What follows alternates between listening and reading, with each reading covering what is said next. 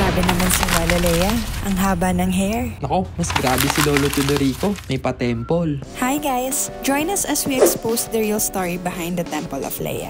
Alam niyo ba na binuo ang temple na to dahil sa love story ng lolo at lola ni Ellen Adarna? Kung ang India ay may Taj Mahal, ang Pilipinas naman ay may Temple of Leia. Pareho itong sikat with the same goal, to show the power of love and the memory of a loved one. Tulad ng Greek and Roman buildings, meron din itong big columns and statues. Inside the temple, you'll find many old, unique, beautiful, and interesting things that belong to Leia Adarna. Naging malaking tourist attraction sa Cebu ang Temple of Leia. Madaming mga turista and even Cebuanos ang pumupunta dito na nakakatulong sa mga local businesses around the area.